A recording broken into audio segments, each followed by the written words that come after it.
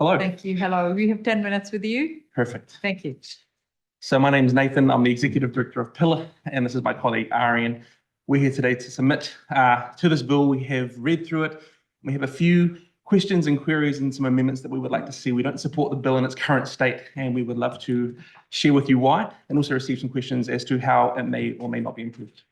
I'll hand over to Arian. Thank you so much. Yeah, as Nathan said, we are generally in support of updating New Zealand's telecommunications regulatory framework, but there's just specific provisions within the bill's current format which we believe pose threats to privacy, freedom of expression, and also fail in areas around just principle around limiting powers that are vested in one individual.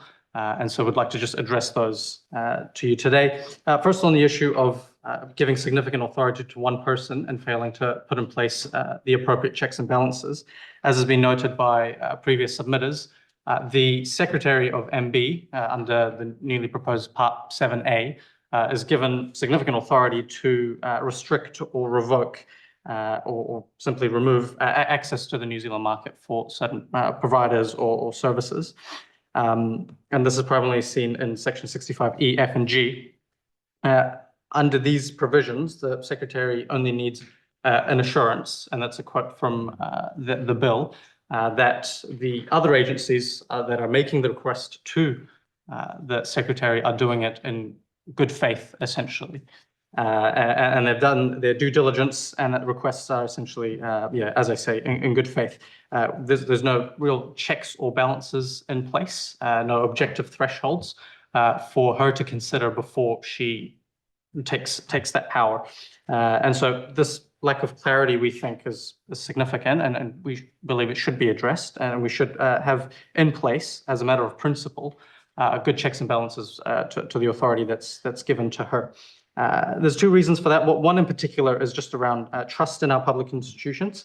And if there is a perception that she or he, as a secretary, is exercising her essentially penal powers as granted by the government in a way that is unfair, that can create a relatively, we would suggest, negative impact on the trust in the institutions that are involved, MB as well as the security agencies.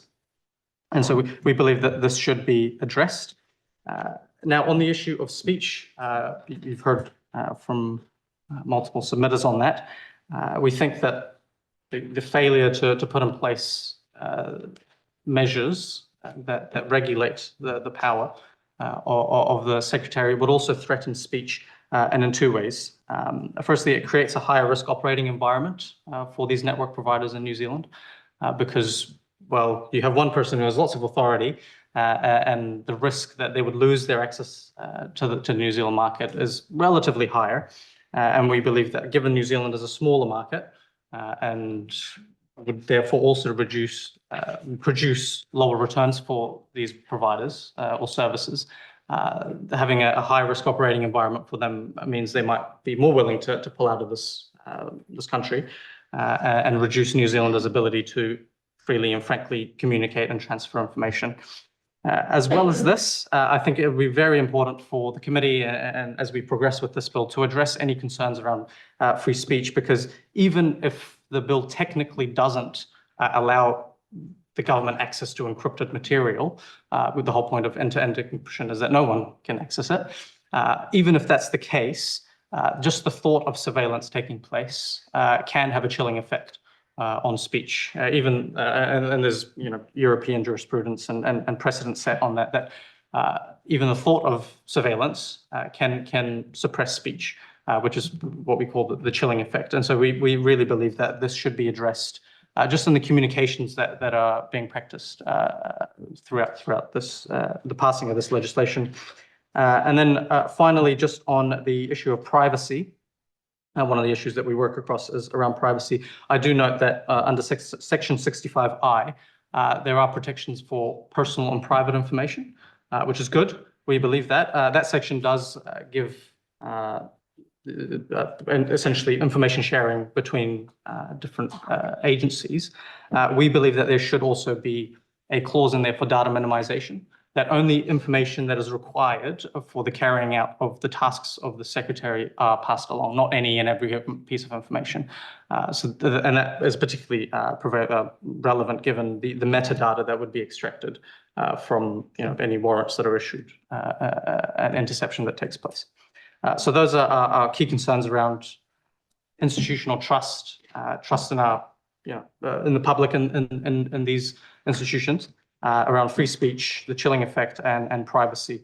And so all in all, we do believe that there is an appropriate time and place to update regulatory frameworks for our telecommunications. But we hope that this is done with due diligence and caution and vigilance and consideration for the foundational rights of New Zealanders, which don't disappear overnight, but slowly and steadily can erode if we are not vigilant. And so with that, we are happy to take questions. Thank you so much. And there is a question from Dr. David Wilson. Yeah, I enjoyed your surveillance really over the right to privacy versus some of the issues around that in particular. So the right to know in the public interest, what's actually being talked about. So there's a balancing act there. So think about if you want to preserve end-to-end encryption full stop, that also leads to bad actors of a different kind, such as organised crime groups, pornography, et cetera, et cetera.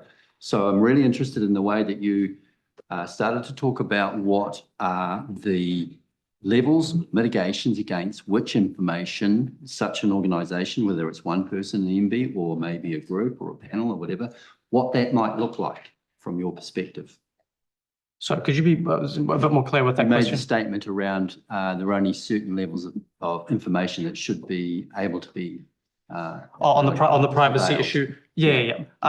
Well, I think it'll just be a case-by-case basis in terms of, obviously, we've got our security agencies that are carrying out their tasks and intercepting based on the information and the warrant, the criteria for getting a warrant. And so I do think it's a case-by-case basis. When in the legislation as it is, only information that is required can be extracted. And so that is a positive kind of clause in there. But for the carrying out of the role of the secretary, not all that information may necessarily be needed to be transferred, if that makes sense. Yeah, so are you sort of prodding for greater governance around what information is actually attainable? Sure, more clarity on what, exactly, what exactly is required. Clearer thresholds and greater checks and balances to ensure that an unelected bureaucrat such as the Secretary of MB wouldn't be imbued with powers such that they could ideologically apply their role where they see fit. Thank you. Okay, great. Thank you so much for your submission. Thank you. Thanks for your Thank you. contribution. Thank you.